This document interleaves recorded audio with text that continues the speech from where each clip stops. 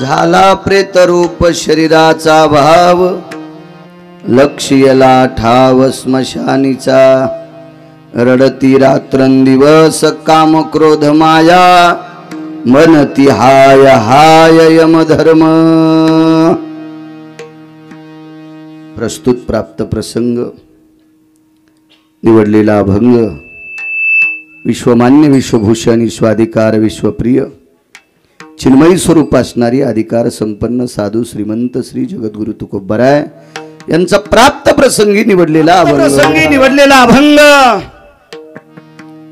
माझ्या देहूतील मालकांचा आहे। मालक या अभंगाद्वारे नमूद करतात, विश्वाच्या मालकानं दिलेलं हे मानवी शरीर याची एक ठरलेली जागा आहे। लक्ष्यला ठाव स्मशानीचा, स्मशानात एक ना एक दिवस याच्यासाठी ती जागा ठरून ठेवलेली आहे। मग कोणी म्हणत असेल मी 1-2 कोटीचा बंगला बांधला, मला मशानात कस काय न्यावं लागत असतं। ते 2-3 कोटीवाला 20 कोटीवाल्याकडे गेला, ते म्हणे बरं जाऊ द्या, आम्ही 2-3 कोटीचा बंगला बांधलाय, आम्हाला मशानात नेसता असतील नवल नाही, पण तुमचा 20 कोटीचा आहे। ते म्हणलं मी 150 कोटीवाल्याचा पाहुणा आलोय, त्याचाही बाप मेल्यावर छताव नाही जाळला। विठाला विठाला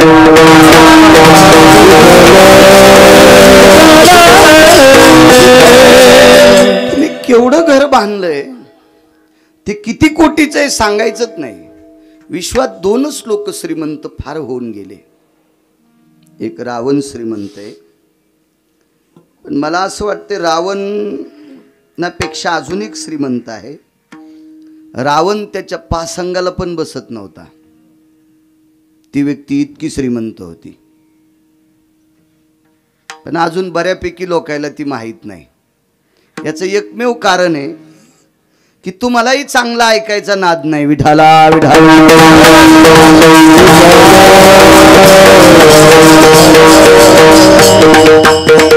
मला असंही म्हणायचं नाही मी हुशार आहे म्हणून, अद्याप नाही। मी सुद्धा चांगल्यांचं ऐकलं म्हणून मला माहीत झालंय, मला तरी कुठं माहीत होतं। विठाला विठाला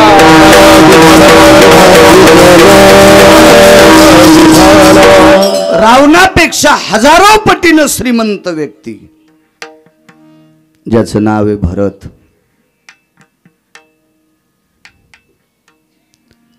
या विश्वातला एकही सात्विक भोग नाही की ज्यानं तो भोग अर्जित केला नाही। सात्विक सांगतोय, सात्विक सात्विक।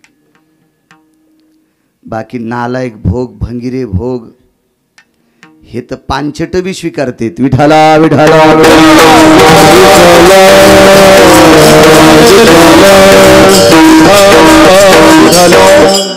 काय विषय नसतो।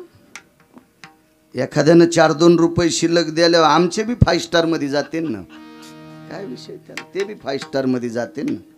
त्याला काय देवीचं तेल देवीला अनुभूती आला घाईला, बाहेरची बाहेर उडवायला काय वेळ लागत नसतोय। चांगली भोग सांगतोय मी, चांगली। जेने दिगमळ मंडळ जिंकिले, समुद्र वलयांकित राज्य केले,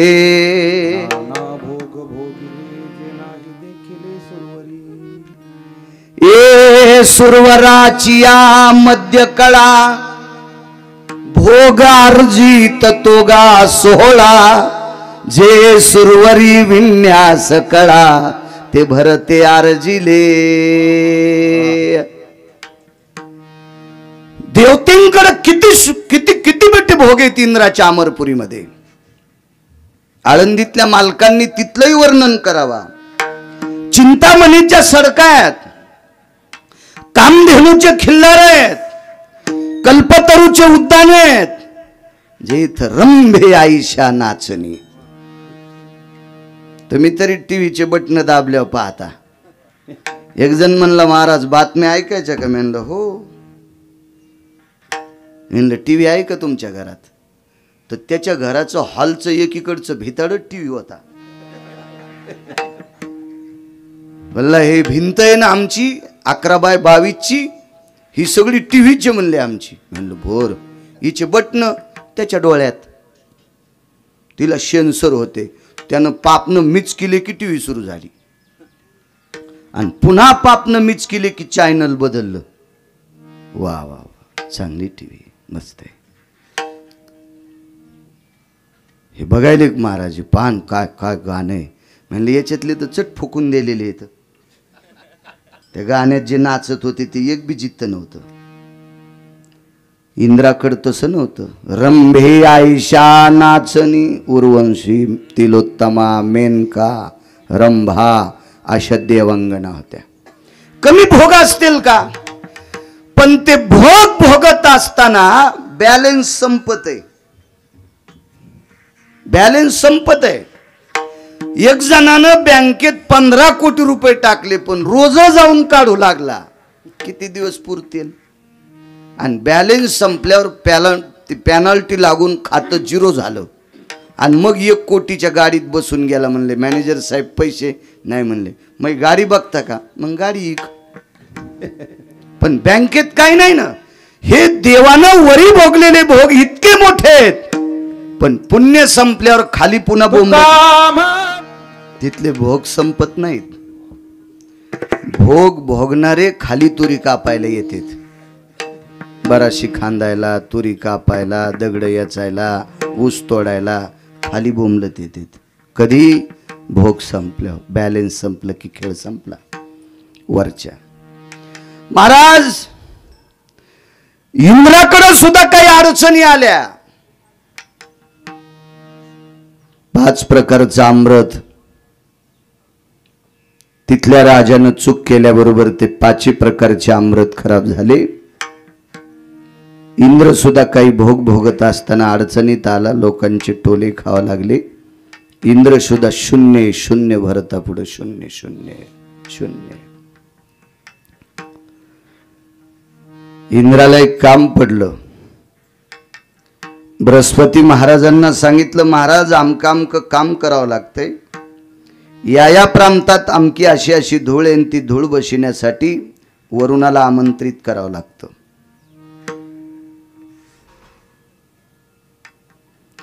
एव्हा मोसमी पाऊस पाडणं इंद्राची सही झाल्यावर वरून पाऊस पाडतो, पण मोसमी पावसाळ्यात अवकाळी जो पाऊस पडतो का, ते इंद्राच्या बापाच्या हातचा नाही, ते काशीतल्या मालकाच्या हातात आहे. अकाले वर्षतम मेघम, हे अकाली जर पडत असेल तर इंद्राच्या हातात नाही, त्यानं सही केल्यावर पडत नाही. इंद्रानं अशी अपेक्षा वरुणाकडे केली, वरुणा तू माझा सेवक आहे, तुला आता पाऊस पाडावा लागतंय. वरुणानं सांगितलं, राजाधिराज इंद्र महाराज, मी नोकर आहे, पण पंढरीतल्या आणि काशीतल्या मालकाचा आहे, तुमचा नाही.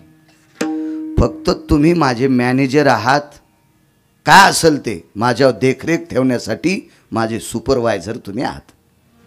पण मला पगार देणारा पंढरीतला मालक आणि काशीतला मालक आहे, आणि मला त्यांनी नियमाची चौकट लावून दिली. मोसमी 9 नक्षत्रात जो पाऊस पडायचा का, तो इंद्राचा ऐकून पाडायचा, आणि 9 नक्षत्राच्या व्यतिरिक्त जो पाऊस पाडायचा का, तो आमच्या दोघांचा ऐकून पाडायचा आहे. मग ते काशीतल्या मालकांचं आणि पंढरीतल्या मालकाचं. आणि इंद्रानं स्वतःच बोलून घेतलं, मला पाऊस पाहिजे. वरुणानं नाकार दिला. म्हणजे 33 कोटी देवाचा राजा जरी असेल तरी काही प्राप्ती करता अडचणीत होता. पण भरतानी वरुणाला काम सांगितल्याच्या नंतर विटेवरच्या मालकानं, काशीतल्या मालकानं सांगितलं होतं, असा तत्वनिष्ठ राजा आहे की या राजानं तुला कोण्याही वेळेला काम सांगितलं ते नाकारायचंच नाही. म्हणजे प्रजन्याचे भोग भोगण्यासाठी सुद्धा देवापेक्षा श्रेष्ठ भरत राजा होते. फार मोठे भरत 6 झाले. पक्वादातले नाही म्हणायलो मी इकडचे म्हणायलो. भरत 6 झाले. जड भरत वेगळे, क्रतात्रेता युगातले विश्वाच्या मालकाचा भाऊ भरत वेगळा, अशोपती नावाच्या राजाचा भाऊ भरत वेगळा. बस झाले 3. 4था हा. बाकीचे 2 पुन्हा कधी पाहू. विठाला काय त्या भरताचं जीवन, या पृथ्वीवर असं प्रेम केलं. प्रभू रामचंद्राची आख्यायिका राजा भरताच्या पुढे मांडली तर भगवान मर्यादा पुरुषोत्तम रामचंद्रांनी यमधर्माला सांगितलं, यमधर्म महाराज, सात्विकाच्या बाबतीत माझी यादी बऱ्यापैकी प्रचंड विस्तृत आहे, श्रुत आहे आणि मोठी आहे, पण मी पण एका माथाऱ्याच्या ताब्यात होतो. बोलीला वाल्मिक तैशेची करेन, म्हणून मला काही काही गोष्टी कराव्या लागल्या, पण मी भरताच्या बरोबरीला नाही बसू शकत. भरताच्या बरोबरीला जर बसायचं असेल तर किराताचं पोरग मीच मारलं आणि जिवंत करण्यासाठी प्रेत अयोध्येत बाई घेऊन आली, पण माझा नाकार ठरला, मला नाही उठिता आलं, मीही अपूर्ण ठरलो.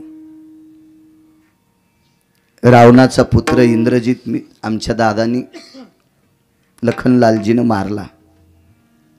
जिवंत करण्यासाठी लक्ष्मणाने अपेक्षा व्यक्त केली, पण मी त्यालाही करू शकलो नाही. पण राजा भरताच्या बाबतीत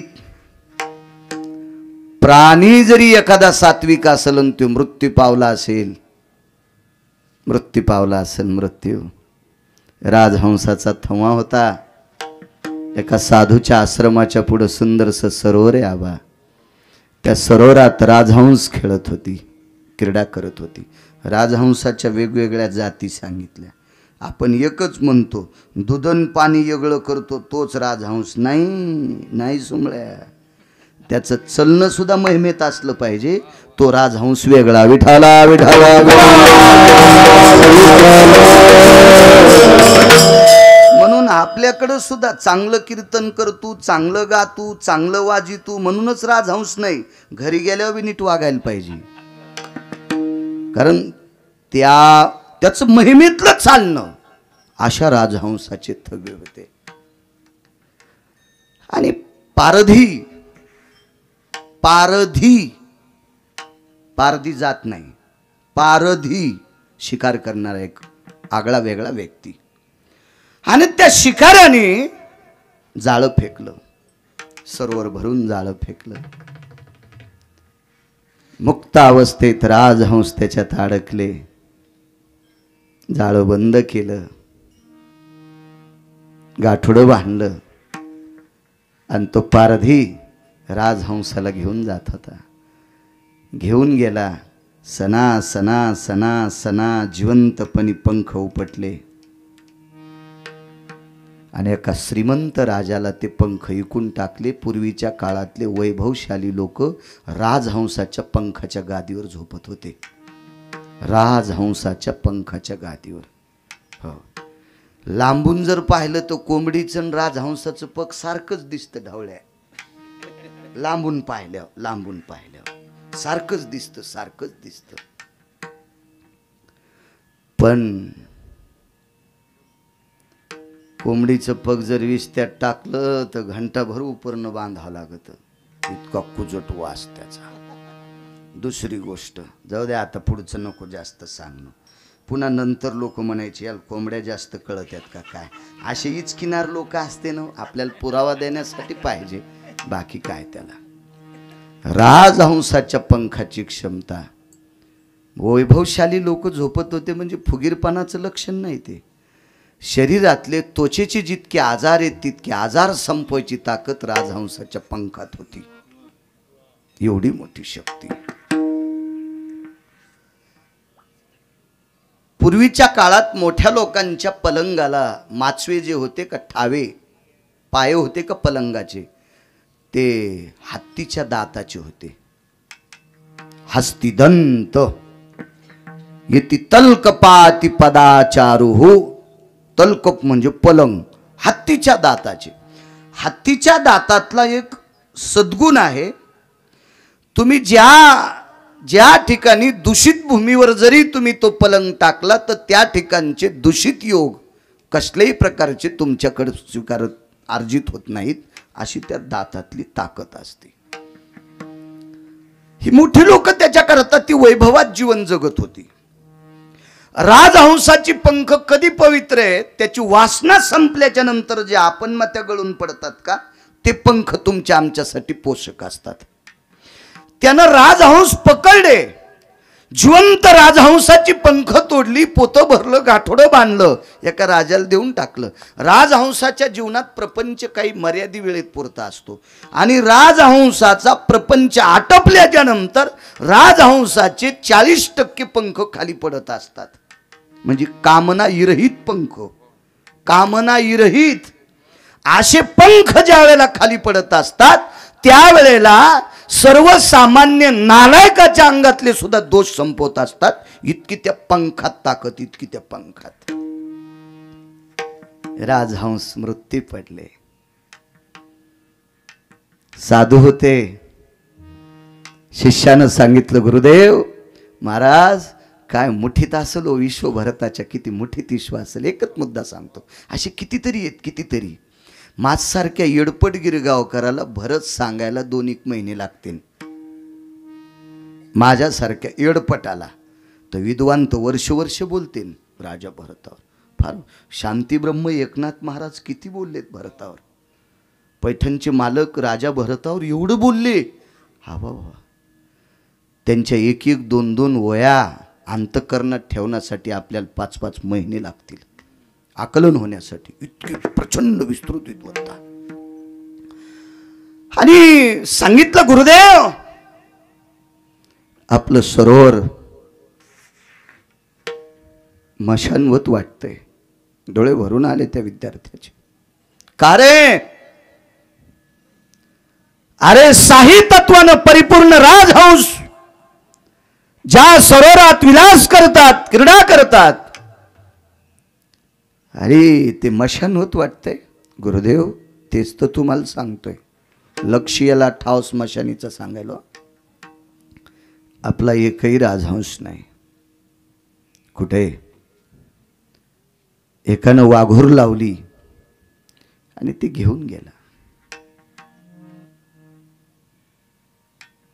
पर्णकुटीच्या बाहेर साधू आले, मागानं निघत गेले. 50 राजहंस एका जाग्यावर मृत्युमुखी पडलेले होते. पंख विरहित, नुसता शरीराचा सापळा, हाडा मासाचा गोळा, सारी पंख काढून घेतली होती. भरतांचा रथ त्याच रस्त्याने जात होता. राजा भरत खाली उतरले आणि गुरुवर्यांचं दर्शन घेतलं. गुरुदेव प्रणाम. काय करता येते? आमच्या सरोवरातली राजहंस मृत्यू पावलीत. कशानं? कुणीतरी एक शिकारी त्यानं पारधी केली, म्हणजे शिकार केली आणि राजहंसाची पंख काढून नेली आणि हे मृत्युमुखी त्यांची कलेवर त्यांचे पार्थिव इथं पडलेले आहेत. काय भरताची ताकद महाराज, किती मोठी शक्ती. जसं मुक्ताई साहेबांच्या बाबतीत सांगितलं, अरे तुमच्याकडं एकदा समाधी उठल्याच्या नंतर एका प्रेताकडं बघितल्यावर उठून बसतंय. अरे आम्ही ते नुसतं हाड फिरल्यावर कितीतरी उठून बसतेत. काय ताकद साधूची. पण राजा भरत बघा, किती मोठं टोक भरताचं. भरताने यमधर्मांना आमंत्रित केलं. वेगळा यमधर्म. दक्षिणेचा राजा हा वेगळा. या सर्वांना आमंत्रित करून सांगितलं ही राजहंस मृत्यू पावली. ते म्हणले आता काय करे? एक तर यांना किडे खातील, मुंग्या खात्याल, एखादे हिंस्र पशु उचलून नेतील. राजा भरतानं सांगितलं हे माझ्या प्रांतातल्या एका साधूच्या आश्रमातल्या पवित्र सरोवरातली राजहंस येतं आणि यांना वापस करावं लागते. वापस करावं लागते. हे बघण्यासाठी इंद्र सुद्धा होता. ऐका परिणाम, ऐका. इंद्राची जयंती नावाची कन्या देण्यात आली एका साधूला. इंद्राची 222 दिवे होते इंद्राच्या गाडीला. आपल्या मंत्र्याला एकच असतो. इंद्राच्या गाडीला 222 दिवे, म्हणजे 33 कोटी देवाचा राजा इंद्र. त्याची जयंती नावाची कन्या देण्यात आली. मृत्यूपत्र हातात आलं. यमधर्मानं येऊन सांगितलं, आईसाहेब अमक्या अमक्या दिवशी मालक जाणार आहेत. पार इंद्रापर्यंत घरानं गेलं. कारण इंद्रानं भोगावती नावाच्या गंगेचं पाणी टाकून शाही तयार केलेली, त्या शाहीची स्वाक्षरी मुद्रा मारल्याशिवाय, ठसा मारल्याशिवाय, स्टॅम्प दिल्याशिवाय वरून महाराष्ट्रातल्या नव्हे पृथ्वीवरल्या कुठल्याही व्यक्तीला मारण्याचं काम यमधर्म करत नाही. आणि इंद्रानं सांगितलं तुम्ही आमच्या जावायला नेता. यमधर्मानं सांगितलं महाराज आम्ही नेत नाही, मृत्यूचं पत्र आमच्या गुमास्त्याकडे तुमचं आलंय. सही कोणाची? इंद्र म्हणला माझीचे. मग एक करता येतं ना तुम्हाला? हे मृत्यूचे पत्र 10 लाख आहेत ना, सगळ्या पत्राच्या खाली आमच्या जावायचं पत्र घाला. यमधर्मानं सांगितलं तुमच्या जावायचं पत्र बऱ्यापैकी देवाईनं वाचिले आणि अमक्या अमक्या दिवशी तुमचे जावाई जाणार आहेत हे बऱ्यापैकी देवाईनं वाचिले. आणि आता जर आम्ही तुमच्या जावायला वाचिलं तर सगळ्यात देवता म्हणत्याल माझ्या साडूल मारू नको, आमच्या मेहुनील मारू नको, इथूनच सुरू करते ना. हो हो, माझ्या सासूल मारू नको, माझ्या सासऱ्याला मारू नको. आणि उरलं सुरलं उरलंच प्रेम तर मग म्हणतील माईला आणि बापाला मारू नको, उरलं तर बरं का प्रेम. अशी इतकी लोक आम्हाला बेजार करतील, मग आमच्या पदाला काय किंमत आहे? आमच्या काय पदाला किंमत आहे? इंद्र म्हणला मूर्ख आहेस की काय? राजीनामा. कोण घेणारे माणसं मारायचं पद? इतकं चांगलं पद आहे का ते माणसं मारायचं पद महाराज? बरं त्याला का गाडी आहे का, त्याला आल्या आल्या पपई चिरलेली आहे का, सफरचंद आहेत का, केळी येता का, चांगल्या म्हशीच्या दुधाचा चहा आहे हा का, गरम पाणी आबा प्याला? कशाची गाडी बसायला आणि काय बसायला? हाल्या त्याला असती काही जरा जोर अक्कल हाल्याला, त्यो रेड्या बसायला. आणि यमन राजीनामा दिल्यावर इंद्र म्हणला हे पद तर कोणी घेणारच नाही, मग आपण हे पद द्यायचं कोणाला? इंद्रानं सांगितलं परच दिश मारायचा का 2-4 घंट्यानं आधी मार, पण राजीनामा देऊ नको. दृष्टांत संपला. काय काय भोग तर लांब राहिले बापू, लांब राहिले लांब. 222 पदमंत्री ज्याच्याकडे, एकटाच 222 मंत्र एकट्याच्या डोक्यावर. पण जावाई 1 शकनभर वाचू शकत नाही इंद्र, 1 शकनभर. आणि 50-60 राजहंसाचा थवा मृत्यू पाहून शरीर कुजण्याच्या मार्गावर लागलं होतं, तरी जशाला तसे स्वतःच्या तपावर जिवंत करावा. तपश्चर्या कोणती? तपश्चर्या म्हणजे का त्यानं यज्ञ केले का, भजन केलंय का, त्यानं ग्रंथ वाचिले, त्याची तपश्चर्या एकच होती. आई लेकरावर जितकं प्रेम करते इतकं प्रजेवर प्रेम करायचं. प्रजेतला एकही माणूस रुष्ट होता कामा नये, असं राजकारण राजा भरताचं होतं. म्हणून या देशाला भारत देश नाव त्या भरतामुळे पडलंय. भंगिरेचं ऐकून नाही पडलं, काही तर काही सांगतील. संस्थितो भरताग्रो भय यत् खंडेषु भरतायाम यत् संस्थितो भरताग्राम देशायाम भारतेषु. म्हणून या देशाला भारत देश नाव. बघा 33 कोटी देवाचा राजा इंद्र आणि मृत्यूलोकातला राजा भरत, राजहंस सुद्धा त्याच्या म्हणण्याच्या व्यतिरिक्त मरू देत नाही. इतकी सत्ता ज्याच्या जीवनात आहे त्याचं सुद्धा शरीर ठराविक जागेवर नेऊन स्थापित केलं. म्हणून मालक पहिल्या कडव्यात खुर्ची सोडावं लागते आबाईतली. बघा स्वर्गीय ज्ञानदेव लगडांना त्यांच्या पुण्यस्मरणाकरता तुम्ही इतकी आटाआटी केली. बोला बोलिलं, मला बोलिलं, यांना बोलिलं, हे मागचे गानगंधर्व बोलिले, एवढा मोठा मंडप, साऊंड सिस्टीम, किती लावलं किती लावलं किती लावलं किती लावलं.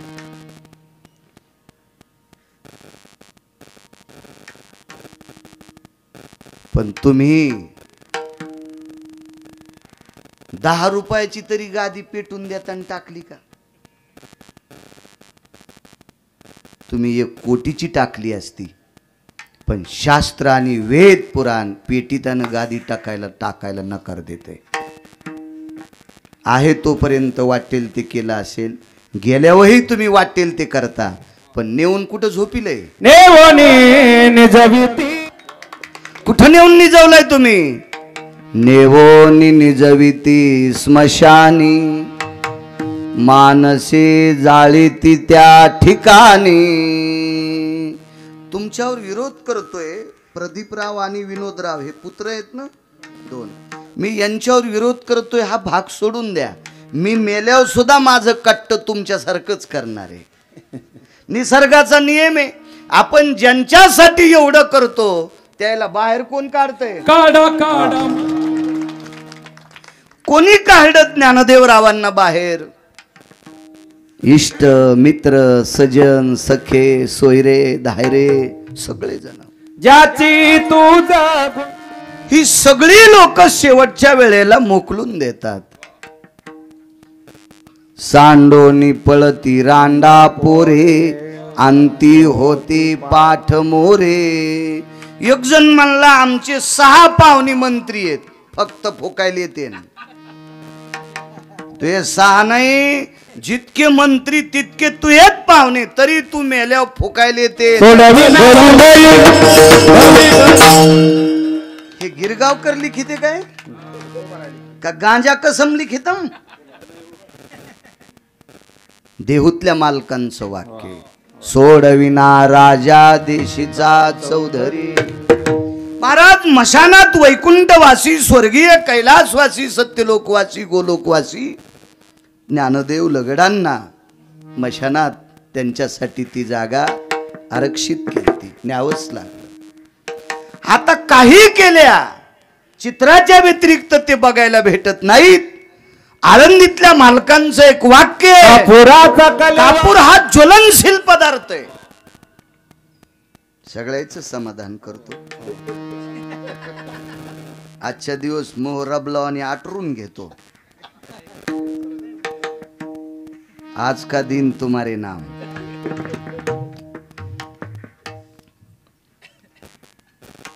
कापूर हा ज्वलनशील पदार्थ आहे.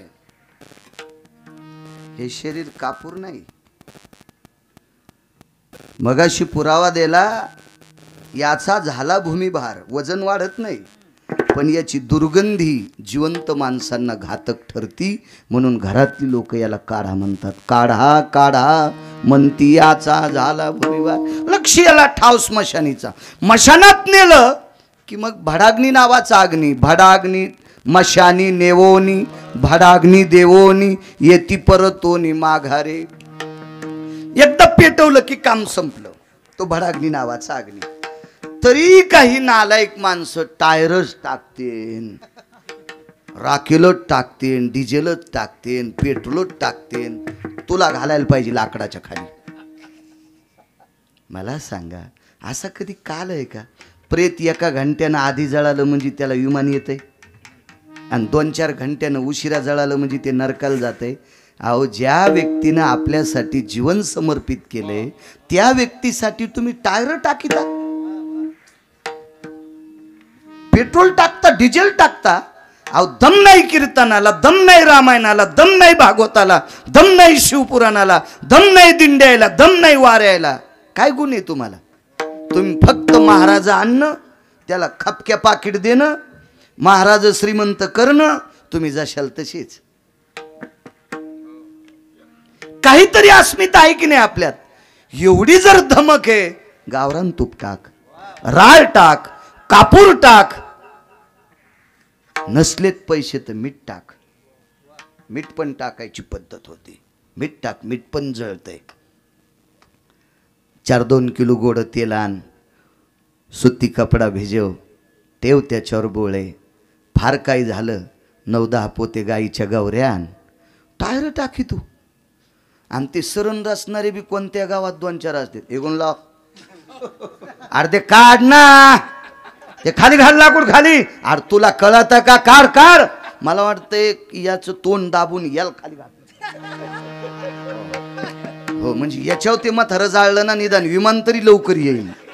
अशी हरामखोर भडव्या अवलादी काही काही. विढाला विढाला अग्नी लागला रे लागला की 18 संतांपैकी एका संतांचं वाक्य त्याची मातीच तयार होती.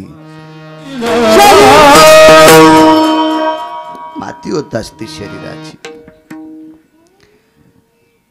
आणि ही माती एका विशिष्ट प्रकारच्या तीर्थात अर्जित करावं लागते. तद्वज्ञायानं स्वर्गीय ज्ञानदेवराव गोपाळराव लगड विश्वाच्या मालकाच्या सानिध्यात विलीन झाले. इहलोकातली यात्रा सोडी पंचतत्वाला शरीर समर्पित केलं. त्यांच्या पश्चात गोपाळराव वडील आदरणीय श्रीमती शारदाताई साहेब ह्या त्यांच्या धर्मपत्नी, आदरणीय तुकारामजी हे त्यांचे बंधू आहेत. प्रदीप आणि विनोद भैया हे दोन सुपुत्र आहेत. सौभाग्यवती समीक्षा कुल ह्या त्यांच्या कन्या आहेत. आदरणीय प्रशांतजी आणि ऋषिकेश हे पुतणे आहेत.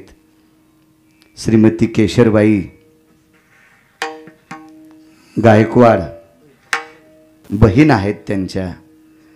श्रीमती पद्माबाई पवार ह्या सुद्धा बहीण आहेत. सौभाग्यवती हिराबाई पवार ह्या बहीण आहेत. सौभाग्यवती अलका कुल ह्या सुद्धा बहीण आहेत. शुभांगी, हर्षंगा आणि कांचन ह्या त्यांच्या पुतण्या आहेत. गोकुळासारखं गोडसं कुटुंब लगड. इहलोकातली यात्रा संपली. त्यांना एक ठराविक जागेवर समर्पित केलं. आज त्यांचं पुण्यस्मरण आहे. या पुण्यस्मरणाच्या निमित्ताने ज्ञानोबराय तुकोबरायच्या नामाचा जयघोष या परिवाराने आपल्या वडिलांच्या पुण्यतिथी करता केला. महाराष्ट्रातले दिग्गज मृदंगाचार्य, दिग्गज गान सम्राट महाराज केवढारी लोक आहेत गायन क्षेत्रात, मृदंग क्षेत्रात. तुम्ही ब्रह्मवादिनी पेटी वाजवता गुरुजी. एक नाविन्यपूर्ण नावाजलेली या महाराष्ट्राच्या मातीमधली ही लोकमान्य माणसं, लोकांनी आपलंसे केलेली माणसं, लोकांच्या अंतकरणात आदिराज्य निर्माण करणारी मृदंगाचार्य गायनाचार्य मंडळी एवढी मोठी तुम्ही आमंत्रित करून माझ्यासारख्या अल्पज्ञानी साध्या बारीकशा गिरगावकराला सुद्धा तुम्ही आमंत्रित केलं. तारखेच्या संदर्भात याच कुटुंबातले भाचे आदरणीय हरिभक्तीपरायण गायन क्षेत्रातलं एक नाविन्यपूर्ण रत्न सुनील महाराज पवार. मला वाटतं खाली इंदापूरच्या जवळ आपलं कीर्तन झालं आणि तिथं भेट झाली आणि तिथं आजच्या तारखेची चर्चा झाली. शनीचं शिराळ खूप दिवस झाले.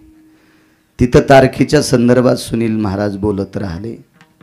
आज ते हजरही गोडसं निवेदने चांगली माणसं आमंत्रित करून सुनील महाराजांनी आपल्या मामाश्रींचं पुण्यस्मरण ज्ञानोबराय तुकोबरायच्या नामचिंतनांनी या कुटुंबातल्या लोकांना विश्वासात घेऊन करता, त्याबद्दल सुनील महाराज तुम्हाला सुद्धा कोटी कोटी धन्यवाद. विठाला विठाला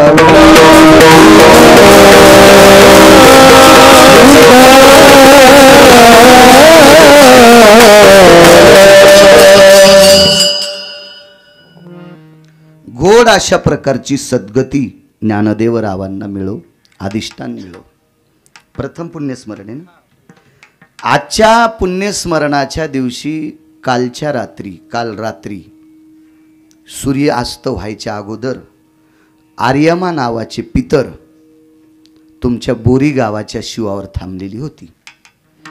आज सूर्योदय झाल्याच्या नंतर ती आर्यमा नावाची पितर या बोरी गावामध्ये आतमध्ये आली आणि ग्रामदेवतेशी हे आर्यमा नावाचे पितर ग्रामदेवतेचं दर्शन घेतलं असेल. मारुतीराय असतील, अजून काही देवता असतील, किंवा दर्शनाच्या बाबतीत माझा शब्द वापस घेतो, कारण पितर हे देवापेक्षा मोठे असतात.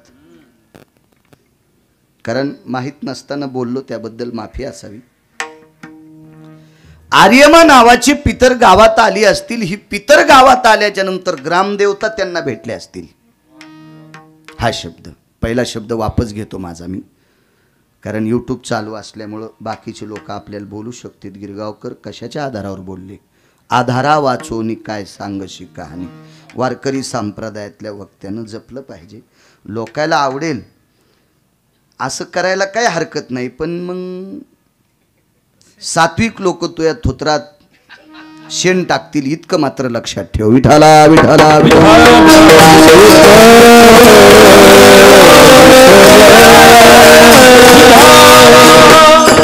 कारण ज्याच्याकडे पैशाचा जोर झालाय का ते आम्हाला साड्या नेसून बी नाचितीन.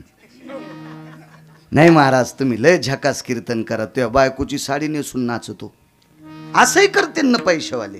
पण नाही, या बा 1000 नालायकांनी चांगलं म्हणण्यापेक्षा एका निष्ठावंत वारकऱ्याने चांगलं म्हणावा, त्याला म्हणायचं वक्ता. विठाला विठाला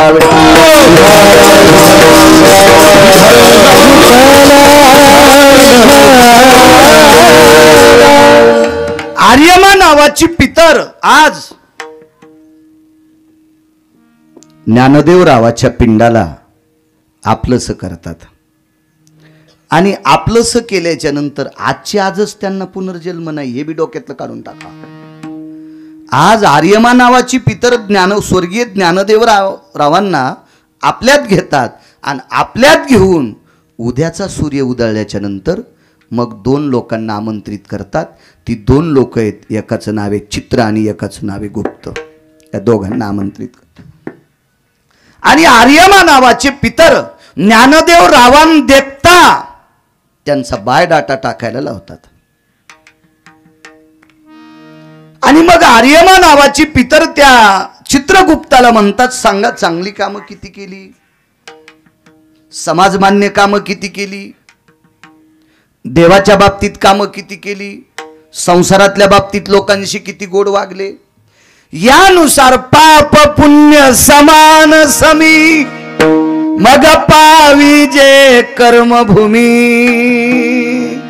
तिथे पैशाच्या सुटकेशी चालत नाहीत राजेऊ. तिथे दिल्लीतल्या ढवळ्या कपड्यावाल्याचे लेटर पॅड चालत नाहीत राजेऊ.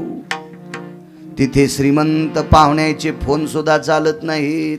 वा वा तिथं काय कामाला येईन माहितीये, करा हरिभक्ती. किती पाकिट पोरायसाठी नेऊन ठुलेस तो बापू.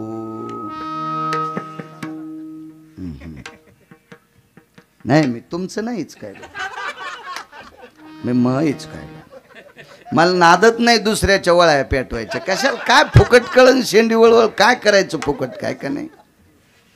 नाही कामी येणार ते लेखाजोखा पाहिल्या जाणार. आणि त्या लेखाजोख्यामुळे स्वर्गीय ज्ञानदेव लगडांना मग आर्यमा नावाची पितर यमधर्माकडे दयेची याचिका दाखल करणार.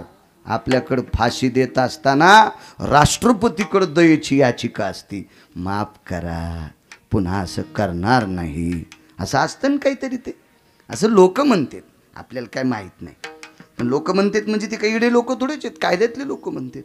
ही दयेची याचिका यमधर्माकडे समर्पित केली. मग यमधर्म काटछाट करतो, चला आमका आमकं काम केलं, आमका रोड करताना कागदावच केला,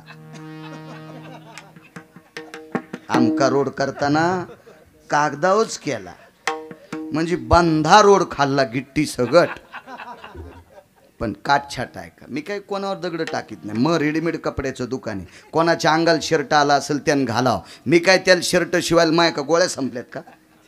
बरी का अनपटलं नसेल तर दुसऱ्या बार कीर्तनाला बोलू नका. तुम्हाला 30 गाव पठ्ठ्याला 36 गाव मा हाऊत भरलेला आहे, मी काय कोणाच्या मागं लागत नाही. तरी मला एक जण म्हणला हाऊत भरला म्हणजे पैसे आहेतच किती. मी म्हणलं तू ह्या पाया पडायची गरज नाही, इतके आहेत. विठाला विठाला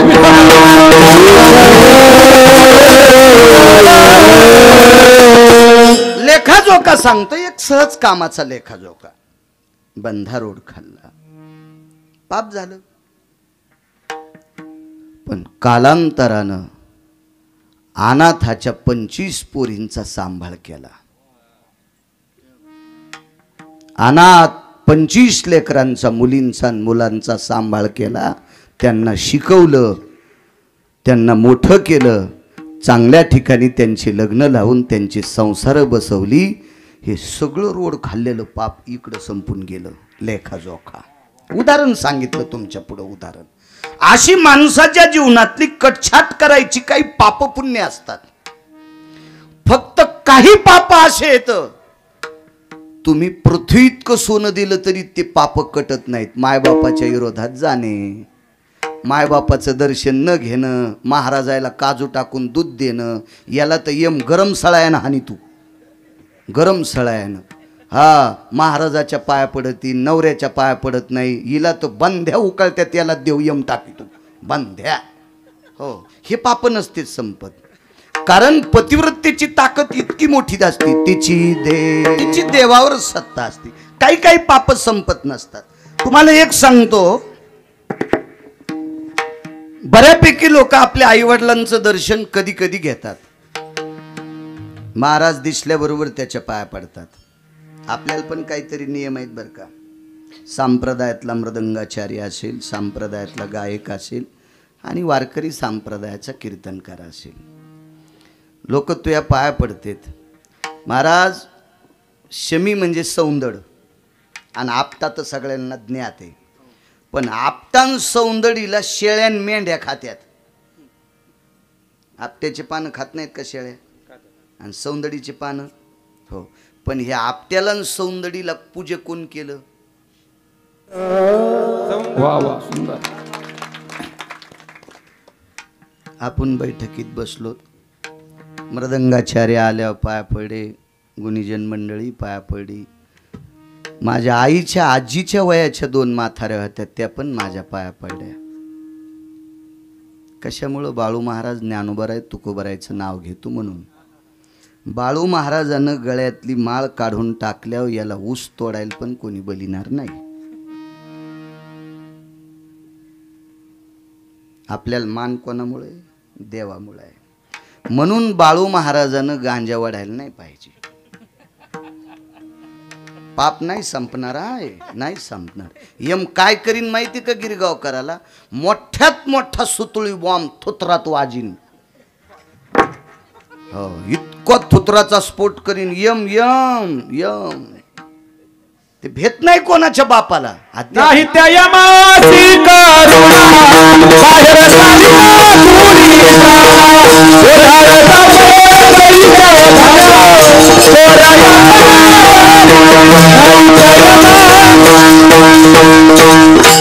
नाही त्या यमाशी करुणा. ते ऐकत नाही कोणाच्या बापाला. आणि म्हणून यमधर्माकडे सलगीचा अर्ज दाखल केला जातो. आणि मग यमधर्म काही पुण्याच्या कामं असतील, कळत नकळत झालेली पापाची कामं असतील, ह्या कामाची कटछाट करून त्या व्यक्तीला पुढच्या आठवड्यामध्ये एक आवृत्त व्याक काल काढत असतात. या कालामध्ये नक्षत्राचा प्रकोप टाळत असतात. आणि अशा वेळेला मग जो जन्म देता येईल ते द्यायचा. उपजेते नाशे, नाशिले ते पुनरपि दिशे, हे घटिका यंत्र जैसे परिभ्रमेगा, जीर्ण सांडी जे नूतन वेढी जे, फाटलेले कपडे फेकून द्यायचे, चांगले घालायचे. अशा अवस्थेमध्ये गोड अशी अधिष्ठान आशीर्वाद देत असतात. वैकुंठवासी स्वर्गीय धर्मभास्कर वक्ते बाबा ह्या कडव्यावर फार बोलायचे. तुका म्हणे पितृ आशीर्वाद देती, कल्याण विच्छिती तया कुळा. आणि मग पितृदेवाच्या आशीर्वादाने हयातीतल्या लोकांचं गोड होत असतं. कोणी राजकीय सत्तेतली इथं माणसं बसलेली असतील. मी काय फार अभ्यासू नाही, पण वारकरी या नात्यानं सांगतोय. ग्रामपंचायतच्या सदस्यापासून तर देशातलं सर्वोच्च पद प्रयत्नानं मिळत नाही असं म्हणत नाही, पण त्या प्रयत्नाच्या पाठीमागं जर तुमच्या पूर्वजांचे आशीर्वाद असतील तरच तुम्हाला राजाश्रय मिळतो. अन्यथा काय प्रयत्न करायचा तरी करा, मिळत नाही. पूर्वजांचा आशीर्वाद. कोणी मृदंगात मोठं, कोणी गाय नक्षत्रात मोठं, कोणी कीर्तन लांबपर्यंत त्याची घेतील. अभ्यास सगळीच जण करतात. काहीला ज्ञानेश्वरी पाठ, गाथा पाठ, ग्रंथची ग्रंथ पाठ. महाराज सर्वत्र फिरण्यासाठी तुझ्याकडे असलेल्या विद्वत्तेला राजयोग प्राप्त होण्यासाठी पूर्वजांचे आशीर्वाद महत्वाचे आहेत. आणि म्हणून आपली जी घडी चालत असती, गरुडाच्या पंखाने उंच चालत असती, ती एकमेव पितृलोकांच्या आशीर्वादानं चालत असती. तुम्ही एक लक्षात ठेवा, पंढरपूरला गेल्याच्या नंतर तुम्हाला 360 तीर्थ प्राप्त होतील, मात्र तसं राहावं लागेल. पाहता देवळाची पाठ, तीर्थे घडती 360, पण चंद्रभागी 30 बाऱ्या गुटखा खाऊन थुकला. तिथल्या तीर्थाच्या गोळ्या संपल्यात का याला भेटायला? हा, येडे आहेत का ती तीर्थ? हा, का त्यांचे फ्यूज उडालेत त्या तीर्थाचे? हा, 25 बाऱ्या गुटखा खाऊन चंद्रभागेच्या पात्रात थुकतो आणि ते म्हणतो मला इतक्या तीर्थाचा. अरे येडा आहेस तू. तू लोकांच्या डोळ्यात माती टाक, देवाच्या डोळ्यात माती टाक. येथे नाही खोटा चालत परिहार, जाण शांतर पांडुरंगा. सगळं काही कळतंय त्या मालकाला, त्याच्यामुळे तिथं. तुम्हाला असं वाटतं का माणसं ज्ञानोबाराय तुकोबारायच्या सोहळ्यात गेले म्हणजे सगळे पुण्यवान? किती दाखवायचे तुम्हाला टेम्पूत गाद्या टाकून पत्ते खेळणारे? किती दाखवायचे तुम्हाला? किती किती किती किती? हे हरामखोरायला वाटत नाही की संप्रदायाचा अपमान होत असेल? ह्या भडव्याला जो दिंडीचा मालक मदत घेतो का, त्या दिंडी मालकाला सुद्धा नरक. विठाला विठाला.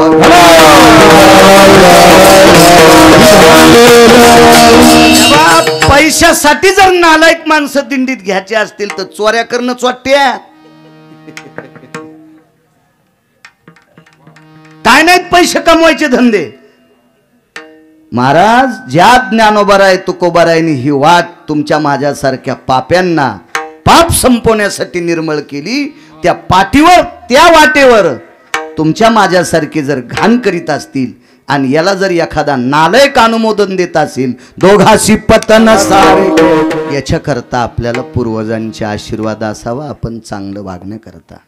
एकच प्रश्न आहे, एवढा आपण ज्यांच्यासाठी बोलतो ते स्वर्गीय ज्ञानदेवराव गेले तर किती मोठ्यांना जावं लागतं? एक 5 ते 7 मिनिटात पुरावा सांगतो आणि माझ्या वाणीला बंद करतो. किती मोठी व्यक्ती, किती मोठी व्यक्ती. एका स्त्रीचं चरित्र तुमच्या पुढे मांडतो या पवित्र भारत देशातल्या. राजा, 100 ते 150 महाराज लोक जमले. आम्ही नाही महाराज, आपण नाही, आपण नाही, आपण नाही, आपण नाही. बसा महाराज. त्याच्यातल्या काही महाराज लोकांच्या डोक्याचा रोम जर खाली पडला तर तोही रोम भगवंताचं चिंतन करीत होता. म्हणजे अंगावून पडलेला रोम सुद्धा विठ्ठल विठ्ठल म्हणतोय. त्या अर्थी त्यांचं शरीर किती गोड झालेलं असेल विचार करा. किती गोड, किती गोड. महाभारतामध्ये पांडवाच्या कुळात आणि यदुवंशामध्ये 2 पुरुषार्थी सांगितले. यादवा माझी उद्धव,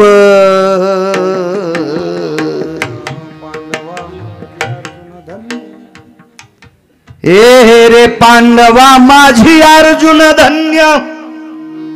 अजून 3 आहेत बरं पुढं. बस झाले 2. सगळ्या गोळ्या एकखट्या घेतल्यावर रिॲक्शन येत असते, रिॲक्शन येत असते. यादवांच्या कुळात उद्धव अग्रगण्य आणि पांडवांच्या कुळात अर्जुन अग्रगण्य. कारण उद्धवानी सख्यत्व केलं, भंगिऱ्या मित्राचं नाही. ज्याच्या सत्तेशिवाय झाडाचं पान हालत नाही त्या जगाच्या बापाचं सख्यत्व उद्धवानी केलं. एक. आणि अर्जुनाचा संबंध किती. तुम्ही आणि मी इथं किती दिवस बसवायचे, कोण्या दिवशी मळ्यात नेऊन फुकायचं हे ज्याच्या हातात आहे त्याचा मेहुणा म्हणून अर्जुन मिरवले. हा झाला प्रापंचिक नातं. पण याच्या पुढचं नातं सांगू का. अर्जुन वारकरी संप्रदायात इतका तात्विक होऊन गेला, इतका तात्विक, इतका तात्विक की त्याचं भजन ऐकल्याच्या नंतर कोपे तरी निवांत साये, आरुषे तरी बुझावीत जाय, नवल पिशे लागले पाय पार्थाचे देवा. किती किती किती किती. रुसला तरी समाधान करायला जायचं, रागावला तरी पंढरपुरातल्या मालकानं मान खाली घालायचं. कारण झोपी गेल्या अंगावरची रोम कृष्ण कृष्ण म्हणत होते बुवा. कृष्ण कृष्ण. याच्याही पलीकडे बायको बघा, याच्याही पलीकडे बायको. तिचं नाव द्रौपदी. द्रौपदी अर्जुनाच्या अंगावर केस आहेत तोपर्यंत कृष्ण कृष्ण म्हणायचे, पण खाली पडल्यावर म्हणत नव्हते. द्रौपदीचं डोकं जिथं विचारलंय तिथं रोम पडल्याच्या नंतर ते जागा कृष्ण म्हणत होती. काय अधिकारी लोक असते लोक, किती अधिकारी, किती लोक. देव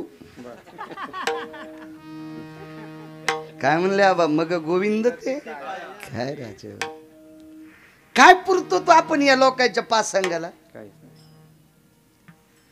मुसलमानाच्या कुळात वारकरी जन्माला आला, मुसलमानाच्या कुळात. त्या वारकऱ्यानं भजन केल्यावर ती सतरंजी राम राम म्हणत होती, आणि आम्ही भजन केल्यावर तंबाखू खालून टाकलं. ज्यानं पाकिट दिलं का त्याच्या घराला कायमचं कुलूप लागणार हरामखोराच्या. विठाला विठाला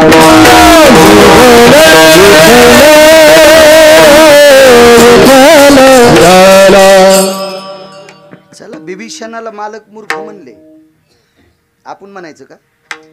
मनशी बिभीषण, पण आपण म्हणायचं का? नाही. बिभीषणानं ज्या घरात भजन केलं अख्खी लंका जाळली मारुती रायानं, पण बिभीषणाचं घर नाही जाळलं. प्रतापी सबळ तुका म्हणे अग्नी झाला शे शीतळ. प्रतापी सबळ नाम. पुन्हा एक पुरावा आहे.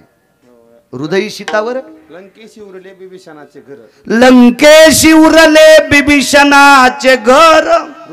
हृदयी सीतावर मनोनिया. अख्खी लंका जाळली पण घर नाही जाळली. एक शपथ पुरावा आहे. आग लगी लंका में हलचल मचाई, विभीषण की कुटिया कैसे बचाई रे, कैसे बचाई. शपथ या नंतर काड्या करायच्या नाही, अभंग नाही, पण चांगलंय. काय भजन महाराज, काय काय टोकाचं भजन असेल. एका साधूला पेटवल्या संत शिरोमणी आस्ती आणायला गेले. साधूला पेटिलं, अंगावर भिंत कोसळली. 3 मुसलमानानं प्रेत उघडलं. बिदरच्या बादशाच्या ताब्यात होतं पंढरपूर. 700 वर्षापूर्वीची गोष्ट. ते प्रेत उघडून काढ्याबरोबर खुशबी इन्शाअल्लाह ला इलाहा इल्लल्लाह बिस्मिल्लाह रहमिल्लाह इन्शाअल्लाह हे परवदिगार, असं ते म्हणत होता. बाजूच्याने विचारलं, का रे?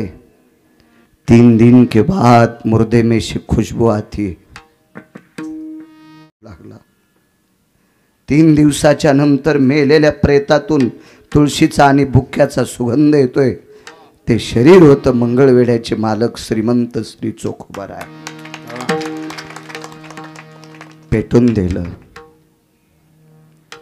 3ऱ्या दिवशी संत शिरोमणींना मंदिरात बोलून घेतलं नामदेवरायाला. पंढरपुरातल्या मालकांनी भजन काय करीत होते लोक, कल्पना करा. महाराज आपल्याला उग भाकरी देत नाहीत लोक, येडे नाहीत लोक. या मागच्या लोकांनी आपला रस्ता साफ केलाय, म्हणून आपली एकाची आजच्या लोकांनी जात विचारली नाही. आहा, वेळेला जर इतकी आमच्यावर किंमत करतात तर मागची आमची चांगली होती. मग आता आम्ही किती चांगलं वाहला पाहिजे ते आम्ही आमचं ठरवायचं. हो, पेटून दिलं. 3ऱ्या दिवशी संत शिरोमणी नामदेवरायाला आमंत्रित करण्यात आलं. विटेवरच्या मालकाने हृदयाला बिठी मारली. नामा नामा आज चोख्याला घेऊन ये बापू. नामदेवरायाने सांगितलं, प्रभू मी अंत्यविधीला गेलतो, अन्न माझ्या चोखाला. महाराज नामदेवरायाला एक शंका आली. माणसं राख सावडायला गेल्यावर आंघोळ करून घरात येतात, मातीला गेल्यावर आंघोळ करून घरात येतात, आणि चोखोबारायला आणा म्हणजे आपण पेटून दिले. आता अस्थिपंजर झालाय त्यांचा, आता करायचं काय? प्रभू काय म्हणाले लक्षात नाही आलं. नामा माझ्या चोखाच्या अस्थी घेऊन ये. आणि मग नामदेवराय अस्थी आणायला गेले. नामदेवे असती आणल्या पार खोली नामदेवे असती आणल्या पार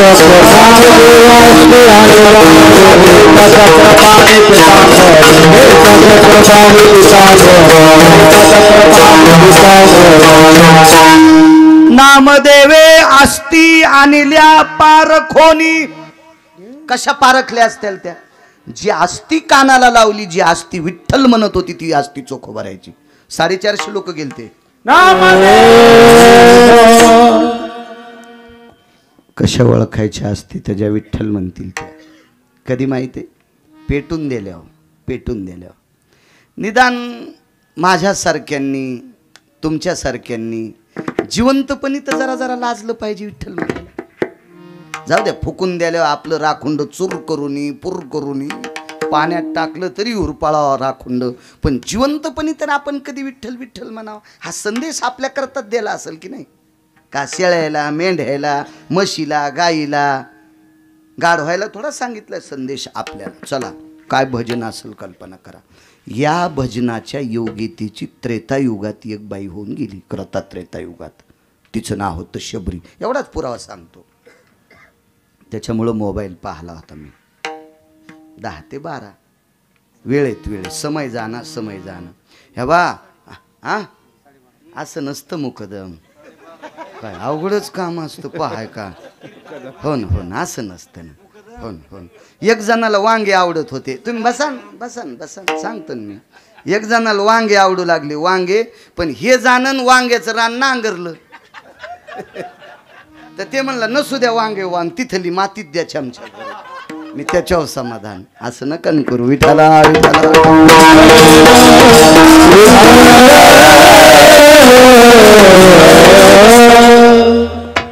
मलाही जिंतूरला पळायचं. गुरुवारी रंगनाथ गुरुजींचा सप्ताह चालू आहे.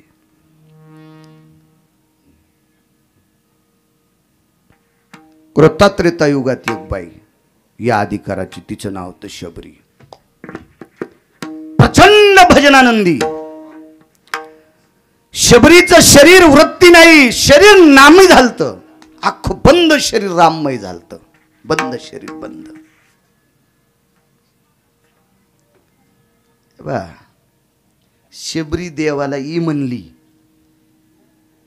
शबरीनं देवाला हाका मारल्या किंवा शबरी देवाला म्हणतच होती तू ईच, असं काही पुराणांचं मत असं म्हणते की शबरी ते काम करत नव्हती. शबरीला फक्त मतंगाने एकच सांगितलं, तू भजन करीत राह. आणि ज्या दिवशी तुझा पुण्यकाल उदयाला आणि तू देव झोपडीत, काय देवत तुला इथं घेईन. नुसत्या झोपडीतला काय विचार करते? देव इथं घेईल, इथं घेईल तुला. तेचे येणे जाणे कुंटले. तिचं येणं जाणं खुंटलं. इतकी अधिकारी शबरी होती हो. एवढी अधिकारी होती. जीवनभर भजन केलं. पंढरपुरातल्या मालकावर प्रेम किती केलं सांगू तुम्हाला. जे कौशल्यानं केलं नाही, जे देवकीनं केलं नाही आणि जे यशोदेनं केलं नाही, या तिघीपेक्षा जास्त प्रेम शबरीनं केलंय. एक जण म्हणला गिरगावकराच्या गोळ्या संपल्या असत्या करे. ऐकायलोत म्हणून काही बोलायलो आहे गिरगावकर. आता कौशल्यानं जन्म दिलाय रामाला आणि शबरी कस काय तिच्यापेक्षा श्रेष्ठ? देवकीनं जन्म दिलाय कृष्णाला आणि शबरी कशी श्रेष्ठ? 11 वर्ष 53 दिवस यशोदेनं सांभाळलंय कृष्णाला आणि शबरी कशी श्रेष्ठ? शबरी तर काही 10-5 मिनिटात भेटली देवाला. खाऊ घातलं तर आमटे बोर. तिच्याकडं का काजू होते, का बदाम होते, का पपई चिरलेली होती, का काट्याचा चमचा होता. चमच्या नसते खात, ते असं टोचून असं होतं का तिथं? काय बोर. बरं ते बी बोर गोड आहेत कशाहून सिद्ध केले? तिच्या दातान टोकरले. न म्हणे उचिष्टात वा, तिनं तोंडानं टोकरलेली बोर गोड आहेत. किती द्रोणे ठेवायची ते द्रोणे, तो द्रोण भगवंताच्या हातात देवा. ती शबरी या तिघांपेक्षा श्रेष्ठ कशी? ऐका, लक्ष्यला ठाव स्मशानीचा, किंवा हे शरीर इथली इथं समर्पित करावं लागतंय. इतका न्याय ऐकायचा आणि पूर्ण विराम. प्रभू रामचंद्र वनवासाला गेले, सर्वांना ज्ञात आहे. कितीतरी रामायण तुम्ही ऐकले. तुम्हाला रामायण सांगून सांगून कितीतरी रामायणकार मेले. पण उद्या मला पण कोण्या दिवशी आमंत्रण आलं मला पण मरायचं आज थोडंच आहे. आणि ऐकिणारे पण मेलेन काय यायचे का बटणं लोखंडाचे थोडेच आहेत हे आम्हाला दबायचे नाही का आमच्यावर घेतले व्हायची कसकच पिकली तुमच्याही दबणार न बटणं असो. एवढी रामायणं आपण ऐकली एवढी रामायणं ऐकली की कौशल्या मातेनं शोक केला हे आपल्याला ज्ञात आहे. वनवासाला जात असताना कौशल्या मातेनं इतका शोक केला आबा इतका शोक केला की पाषाणाच्या भिंती पाजरत होत्या. अनावर झाला पाषाणाला शोक अनावर झाला दगडाला शोक अनावर झाला. गायी रळड्या असतील पशुपक्षी रळडे असतील झाडाच्या बुंथ्यातून त्या फांदीतून पाणी पडत असेल काही नवल नाही. पाषाण असा द्रवला. किती कौशल्य रळड्या किती पण मला सांगा रामप्रभू वनवासाला गेल्यावर कौशल्यनं देह सोडला का? वैकुंठवासी माधव महाराज मगर म्हणायचे बऱ्यापैकी लोकांनी सांत्वन केल्यावर चौथ्या पाचव्या दिवशी कौशल्यनं जेवायला सुरुवात केली. कोण गेल्यावर? स्वतःचा मुलगा 14 वर्षाचा वनवास बिना चप्पलचा अंगावर कपडे नाहीत कानं बांधायला उपरणं नाही स्वेटर नाही टोपी नाही काहीच नाही झाडाची साल वलकल्ले प्रवासात अडचण आली तर ATM पण सोबत नाही. किती परिस्थिती या परिस्थितीत आपला पोटचा गोळा बाहेर जातो. आईनं शोक केला याबद्दल पुराण मान्य करतंय पण कौशल्यनं प्राण नाही सोडला. चला पुढे ऐका. जिची 6 लेकरं तिच्या सख्या भावाने आपटून मारले. देवकीच्या बाबतीतला प्रसंग. शबरी किती मोठी आहे तरी लक्ष याला ठाव स्मशानीचा याच्यावर सांगतोय. देवकीची 6 लेकरं तिचा भाऊ कंस होता मथुरेच्या राजाचं पोरग. कंस राजा नव्हता मथुरेचा राजा कंस बर का असा आमचा मित्र भागवत सांगत होता. इतका गधडा मग मित्र नाही म्हणा पण राग येईन म्हणून म्हणतोय विठाला विठाला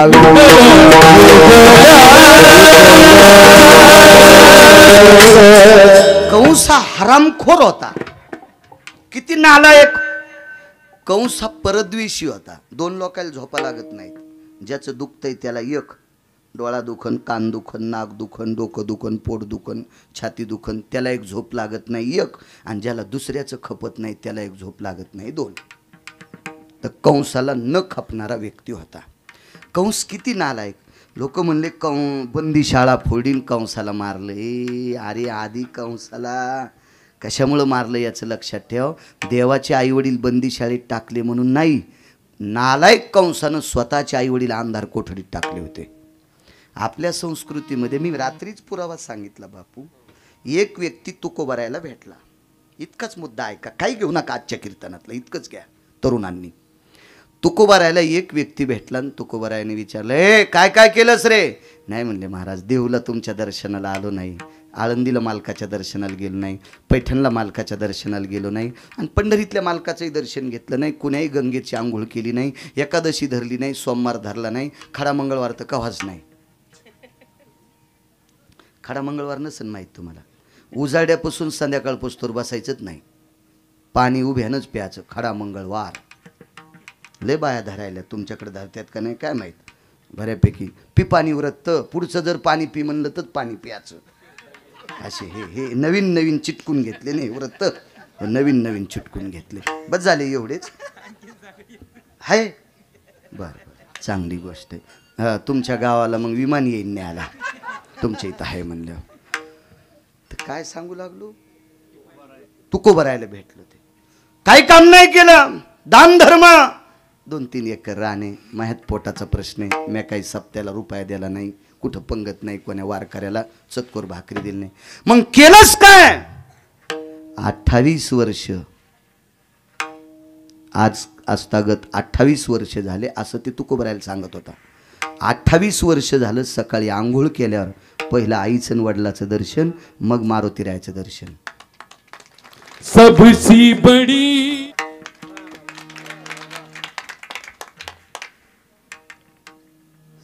350 तीर्थ पंढरपुरात जर आचरणानं आपल्या चौकट सांभाळून केली तर 350 तीर्थाच्या आंघोळी केल्याच्या पुण्य प्राप्त होते. पण 350च पण मायबापाचं दर्शन घेतलं की सकल तीर्थाची धुरी म्हणजे जेवढे तीर्थ असतील तेवढे मायबापाच्या पायावर भेटतात.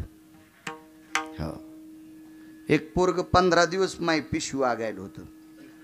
16व्या दिवशी मला कळालं की ते त्याच्या माईल भेटत नाही. म्हणलं बापू खाली उतरतो या पापान मै गाडी पुन्हा उलथन. मी एकदा उलथलो वाचलो म्हणून बसून कीर्तन करावं लागले आणि तू पुन्हा माझ्या गाडीत बसला. तर पहिल्याने ट्रॅक्टर खाली गेलती, आता चांगल्या भरलेल्या तळ्यात जायची, तू खाली उतर. ते म्हणला काय झालं? म्हणलं तू आईचं दर्शन. मी नाही बोलत म्हणला म्हातारीला. म्हणलं मग खाली उतर, खाली उतर तू खाली. तुकोबारायने विचारलं पुन्हा काय केलंस? काय नाही म्हणलं रोज सकाळी आंघोळ करून आई वडिलाचं दर्शन मग मारुतीचं दर्शन झाल्यावर कधी घरी नेहरी करतो किंवा भाकरी घेऊन शेतात जातो. तिथून आल्यावर हातपाय धुतले की पहिलं आईवडिलाचं दर्शन आणि मग मारुतीला दिवा घेऊन जातो. असं 28 वर्षात एक सुद्धा दिवस टाळला नाही की मायबापाचं दर्शन घेतल्याशिवाय राहिलो नाही. तुकोबारायनं त्याच्या पुढे लोटांग नमो तया माता पित्याचे पालन, नमो त्या वचन सत्यवदे. देहूतले मालक म्हणतात जो आई वडिलांचं पालन करतो, आई वडिलाचा सांभाळ करतो, तुकोबाराय म्हणतात मी त्याच्या पाया पडतो. यमाच्या थुत्रीत आणली जगा काळ खाय, आम्ही माथा दिला पाय. मोक्षाला हाकलून दिले, मोक्ष सुखा हनु लाता. काय ताकद महाराज. मोक्ष आम्हा घरी कामारी हे दासी. दक्षिणेचा राजा कोणाची मायेली महाराष्ट्रात यमाल कामाला लावायला. तुकोबारायांनी यमाल कामाला लावलं. काळ गुलाम सलाम करी तुक या घरी राबत असे. एवढा अधिकार. अहो जरा जुरा पैशावाल्यानं खांद्यावर हात टाकलात लोक म्हणतात मला आज भूकच नाही. काऊन? साहेबांनी माझ्या खांद्यावर हात टाकला. मग साहेबांनी तुझ्या खांद्यावर हात टाकला मग काय झालं? साहेब तुला त्याचं पद सोडून तुला देतील का? हा महाराज, तुम्ही आणि मी हे आपले सगळे साहेब कोण्या दिवशी बटणं दाबून मळ्यात पाठवायचे हे सगळ्याचा साहेब बसलाय पंढरपुरात. आणि हा साहेब तुकोबारायचे मनानं जात होता. पाहुणे घराशी आजी आले ऋषिकेशी, काय करू उपचार कोप मोडकी जर्जर. एवढा मोठा अधिकार महाराज तुकोबारायचा. आणि तुकोबाराय आई वडिलांना नमस्कार करणाऱ्याच्या पाया पडतात. चला, शबरी कौशल्याचं सांगत होतो ना, 6 भावांनी पोरं मारले. साही मारी दुराचारी. किती दुःख झालं असेल माईला लेकर. बरं कसे मारले माहितीये का? एका ठिकाणी काल्याच्या कीर्तनात ज्ञानसूर्य रंगनाथ गुरुजींचं एक वाक्य होतं. गुरुजी म्हणायचे शिजलेला भात एका बाईनं हातात घेतला आणि तो भात असा दाबून त्याचा गोळा केला आणि तो गोळा दगडाच्या भिंतीवर मारला. भिंतीवर मारल्याबरोबर शीत कसे पांगत आहेत तसं लेकरू आपटिल्यावर त्याच्या मांसाचे तुकडे पांगत होते. बापन माय डोळ्यानं पाहत होते. देवकी आणि वसुदेव डोळ्यानं पाहत होते. काही चाललं नाही. किती लेकर आपटिलेले पाहिले? 6. 7वा योग मायेनं तिकडं नेला. चला, आणि 8वा 6 लेकरं अशी आपटिलेली पाहिल्यावर 7वा योग मायेनं तिकडं नेलाय असं भागवत पा लक्षात येईल. आणि 8वा जन्माला आल्याच्या नंतर ज्या वेळेला कृष्णाला सुपात घेतलं, द्वारकाधीश कृष्ण परमात्म्याला पंढरीतल्या मालकाला वसुदेवानं सुपात घेतलं, त्यावेळेला बऱ्यापैकी देवकी माता रडल्या. पण 6 डोळ्याच्या देखता वारलेत. 7वा कुठं गेला याचा पत्ता नाही. आणि 8वा आता दुसऱ्याची तर नेऊन ठेवायचा आहे, तरी फक्त डोळ्यातून पाणी आलं. देवकीनं प्राण सोडा का? नाही. चला आता एक वाक्य ऐका. 11 वर्ष 53 दिवस जगाचा बाप यशोदा मातेकडे आल्या. यशोदा आईसाहेब साध्या नव्हत्या. धन्य यशोदा ती माय आणि दाशी जनी वंदी पाय. ह्या तिघींची चेष्टा करतो असं डोक्यातलं काढून टाका. पण या तिघींपेक्षा शबरी श्रेष्ठ आहे ही इतकं सांगण्यासाठी तिघींचं इचकितो इतकं लक्षात ठेवा. हो, कारण शबरीला सामान्य समजू नका. शबरी लाहोर चित्र सशी रांडुकुरं धरणाऱ्याच्या कुळातली होती. आपल्या संप्रदायाला जातीचा संबंध नाही. सज्जन नावाचा खाटीक कोण होता? मुसलमान. ते फुलं इकीत होता का? खवा. माऊ शिकीत होता. माऊ शिकणं आपल्या संप्रदायात मान्य आहे का? नाही. पण त्यानं त्याचा धंदा करत असताना एका तिळा इतकी चूक केली नाही म्हणून वारकरी संप्रदायाने त्याला इकडे घेतलं. चला पुन्हा एक पुरावा सांगतो तुम्हाला. टोल नाक्यावर टाळ्या वाजणाऱ्याला कोणते पंथी म्हणतात? तृतीय. मी इलेक्शनमध्ये ते फॉर्म पाहिला. आमच्या इथलं एक पोरग घेऊन आलं. म्हणलं किती लोक आहेत रे आपल्या इथं? ते म्हणलं महिला इतक्या आणि पुरुष इतके. आणि पुढे एक नाव होतं तृतीय पंथी, तर खाली 0 आकडा होता. म्हणलं हे काय? ते म्हणलं ते आपल्या इथं नाहीत. मग बिचारे तृतीय पंथी कोण? टोल नाक्यावर टाळ्या वाजणारा पोटासाठी. प्रत्येकाची तळमळ असती. कोणाला वाईट म्हणणं आपली पात्रता नाही. बरं ठीक आहे, तुम्ही वाईट म्हणा कोणाला, तुम्हाला त्याला नीट करता यावं त्याला वाईट म्हणावं. तुमच्याच्यानं कोणाचं काहीच नीट होत नाही, मग आपली जीभ का लोकाला वाईट म्हणण्यासाठी आहे? नाही. हा तृतीयपंथी एक व्यक्ती एका वारकऱ्याच्या नादी लागून पंढरपूरला गेला. चंद्रभागेचं स्नान केलं, पांडुरंगाचं दर्शन घेतलं, पुंडलिकरायाच्या कळसाला मंदिराला प्रदक्षिणा केली, नगर प्रदक्षिणा केली आणि तिथून पुढं गावातलं भजन मरेपर्यंत केलं. कोणी केलं? तृतीयपंथ्यानं. तर हा तृतीयपंथी रोजच्या काकड्या ते कानो पात्रा खोदू पिंजारी तो दादू भजनी आभेदू हरीचे पायी. महाराष्ट्रातला एकही बहादर महाराज नाही की त्याचं नाव गाथ्यातलं काढता येईल. का नाही काढता येत? कारण त्यानं पंढरपुरातल्या मालकानं त्याला स्वीकारलंय. अंगीकार ज्यांचा केला नारायणे निंदितेही तेने वंदे केली. आपल्या संप्रदायात जातीला किंमत नाही, आपल्या संप्रदायात चांगलं वागणाऱ्याला किंमत आहे, चांगलं वागणाऱ्याला. मग ठीक आहे, एखादा म्हणीन मी अमक्या कुळात जन्माला आलो आणि ढक्कन उघडायच्या आधी पेतो खालून बाटली फोडून, तुला कसं मान्य करते? ना आलाय का? या संप्रदायात चांगलं वागणाऱ्याला कोणी हो का उत्तम चांडाळ आणि त्याचे पायी माझे कपाळ.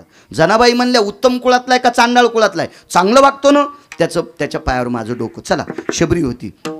यशोदेने 11 वर्ष 53 दिवस जगाचा मालक सांभाळला. रथ नेण्यासाठी आला, यशोदेनं शोक केला, त्याबद्दल दुमत नाही. 11 वस्तूचा त्याग केला, 11 वस्तूचा त्याग केला. कृष्ण आमच्या वाड्यातून गेल्याच्या नंतर दुग्धजन्य पदार्थ मरेपर्यंत खाणार नाही. इतका त्याग आहे का? माणसं आता दाव्याच्या दिवशी वडीला असेल, आईचा दावा असेल, भावाचा असेल, वडिलाचा असेल, आजोबाचा असेल, आजीचा असेल. आमचे लोक तिथं सांगते आता आज 6 महिने काय त्यागतात. एक जण म्हणला मी 6 महिने केळीच खाणार नाही, 6 महिने मी आजीसाठी नाही केळी म्हणालो मी. आबा केळी म्हणालो, केळी. 6 महिने मी केळी खाणार नाही. आता तिथं पूजेला मी होतो, मी म्हणलं दादा केळीच कस काय सोडी? ते म्हणलं केळी खाल्ली की सर्दी होती. नाही आजी भूत होऊन तू या छातीवर नाचायची गरे सुंबळ्या नाटकं करू तू. हा, ज्याची ॲलर्जी आहे ते सोडी तू. पित्र येडे आहेत का महाराज? सामान्य आहेत का ते? सामान्य. महाराज देवकीला यशोदेला कळाल तर कृष्ण देवकीचा आहे. हा वापस गेल्यावर याच्या आईला काय सांगेल मी काय सेवा केली म्हणून वापस जाताना त्याला जेव घातलं, सगळ्या पदार्थाला पाणी फिरिलं. कृष्णाने विचारला पाणी का फिरिलं? आमच्या वाड्यात आहेस तोपर्यंत मी नियम केलता, ज्या दिवशी दूध खाशील त्या दिवशी दूध घेत होते, ज्या दिवशी खवा खाशील त्या दिवशी खवा घेत होते, ज्या दिवशी गोड खाशील त्या दिवशी साखर घेत होते. आणि आता तू आमच्या वाड्यातून जाणार आहेस म्हणून ह्या 9 पदार्थातला एकही 11 पदार्थातला एकही पदार्थ तू खाणार नाहीस. मी मरेपर्यंत या 11 पदार्थाचा सुगंध पण घेणार नाही. या सामान्य त्याग आहे का? किती मोठा त्याग आहे? त्याग आहे आबा. पण एकदा भगवान कृष्ण परमात्मा चेंडूच्या निमित्तानं यमुनेच्या डोहात बुडाली. एक पुरावा आहे, मागे सरे माय पाऊला पाऊली.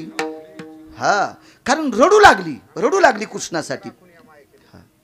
आणि अंतरी हरी हो, यशोदा आपल्यासाठी रडते, हरीच्या लक्षात आहे, पण जीवाला सुद्धा सांभाळते हे सुद्धा देवाच्या लक्षात आहे. यशोदेनं प्रेम केलं पण प्राण सोडा का? नाही. ऐका, देवकीनं प्रेम केलं, प्राण सोडा नाही. कौशल्यनं प्रेम केलं, प्राण सोडा नाही.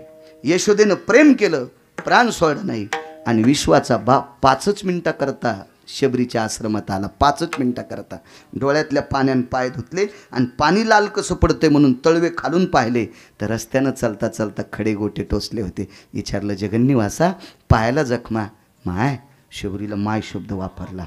हे माय मी पितृआज्ञे करता वनवासात आहे ग, मला पायात घालायचं नाही. शबरीनं डोळे झाकून विचार केला, देवा लोक किती भारीचे बुटं घालीत असतील, किती भारीच्या चपला घालीत असतील ते मला इचकायचं नाही, पण बूट आणि चप्पल घालायला पाय द्यायचेत का न द्यायचेत हे शबरीच्या मालकाच्या हातात होतं. आपल्याला चप्पल घालायला बुटं घालायला पाय आता लोक घालायलेत. श्रीमंत घरच्या बाया स्वयंपाक करताना पण चप्पल काढीनात, पैशाचा जोर झाला ना. हो, स्वयंपाकघरात घालायची चप्पल, हॉलमध्ये घालायची, बाथरूममधली असावं ठीक आहे, जशी साडी आहे तशी चप्पल. महाराज घरी आल्यावर हाणायची चप्पल आहे का एखाद्या घरी? ते पहा, म्हणजे त्या घरी जाणं बंद करावं, नाही तर आपले गालं वरबडायची एखादी. विशिष्ट प्रकारच्या चपला. एका बाईनं बासुंदी चप्पल घालून गेली, एक आमच्या संघ वारकरी होते, जरा आपल्यापेक्षा जास्त होतं वारकरी. तर मी ते म्हणला मी बासुंदी खाणार नाही. म्हणलं काय त्या बाईला सर्दी वगैरे झाली? नाही म्हणला, 3 चपला काढ्या नाही. आपलं नशीब चांगलं, 3 बासुंदी उलथाण्यानं हाटली, चपलानं थोडीच हाटली. तुला काय इतकं ताण घ्यायचं? म्हणलं चल. मला सांगा, हे भोग पायातले भोग स्वीकारायसाठी पाय द्यायचेत का न द्यायचेत कोणाच्या हातात आहे त्याच्या. बरं डॉक्टरच्या हातात जर लेकरू सदृढ जन्माला यावं असं वाटत असेल तर किती डॉक्टरला दिव्यांग लेकरं दाखवायचे. डॉक्टरच्या हातात एक आमका औषध दिल्याच्या त्याला मुलगा सुंदर होईल का सदृढ होईल असं त्याच्या हातात आहे का. नाही नाही नाही त्याच्या हातात सुद्धा नाही. काय त्या बिचारा डॉक्टरला दोष कशाला द्यायचा आपण. तो काय माहिती आहे का, अभ्यास करून वैद्यकीय क्षेत्रातला अभ्यास करून तुमच्या आमच्या शरीराचं आजाराचं निदान लावून औषधोपचार करणारा एक विश्वाच्या मालकानं पाठवलेला वैद्यकीय क्षेत्रातला एक दूत आहे. तो काही देवदूत नाही, वैद्यकीय क्षेत्रातला दूत आहे. माणसानं कोणावर रुसलं नाही पाहिजे. चला मग पाय द्यायचेत का न द्यायचेत ज्याच्या हातात आहे त्याच्या पायाला जखमा महाराज सहनच झालं नाही आणि त्याच पायावर प्राण सोडा. तिचे येणे जाणे खुंटले. लक्षात घ्या, इतक्या दिवस वनवासाला गेला तरी रडली, प्राण नाही सोडा. आता आईवडिलाला सोडून चाललाय तरी रडली, प्राण नाही सोडा. 11 वर्ष 53 दिवस सांभाळले, प्रेम केलं, चाललाय, प्राण नाही सोडा. 5 मिनिटा करता आला आणि एवढं दुःख कसं, पायावर प्राण सोडा. आता श्रेष्ठ कोण महाराज. इथं ऋतून घेतली पण शरीर कुठं तिथं. 2 स्त्रिया होत्या. सौंदर्यावर जाऊ नका बरं का तुम्ही, येड्यावानी करतात कधी कधी. संक्रांतीच्या दिवशी जिच्या गळ्यात जास्त दागिने तिला आधी हळदी कुंकू देतात आणि जिच्या गळ्यात दागिने नाही तिच्या कपाळावर का इचू दिसू तुका. अशी येड्यावानी करी जाऊ नका. ह्या बऱ्यापैकी येड्यावानी करतात ना, बऱ्यापैकी. तिकडे फिरलोच नव्हतो आज मी, जरा लांब बसल्यानं. तुम्ही अजून लक्षात घ्या, आमच्या पोरायच्या माईनं माझ्याकडून 10,000 रुपये घेतले. पोरायची माय म्हणजे माझी बायको. तिने 10,000 रुपये घेतले आणि तिने काय केलं माहिती आहे का, 10-15 गुळाचे ढेकळं आणले 1-1 किलोचे, 10-15 आणले अर्धा किलोचे आणि 25-30 आणले पाव किलोचे. असे काही ढेकळं आणले. 2-3 चांदीचे बगवे आणले बारीकशे 500, 600, 700 रुपयाचे असे 2-3 आणले आणि बाकी मग शॅम्पूच्या पुड्या आणल्या. विद्यमान आमदाराची बायको आली की चांदीचं बघवं, जिल्हा परिषद सदस्याची बायको आली की पितळाचं बघवं, सोसायटीचे मेंबर ग्रामपंचायतच्या सदस्याची बायको आली की 1 किलोचं ढेकूळ, जरा मध्यमवर्गीय आली की अर्धा किलोचं, जरा मध्यम आली की पाव किलोचं आणि ड्रायव्हरची बायको आल्यावर शॅम्पूची पुडी. मी म्हणलं होंडी होशीन होंडी, असा पक्षपात करू. माझी बायको इतकी येडी नाही. तुम्हाला राग येईन म्हणून तिच्यावर घेतलं पण गळ्यात शपथ तुमचं सांगायलो इतकं लक्षात ठेवा.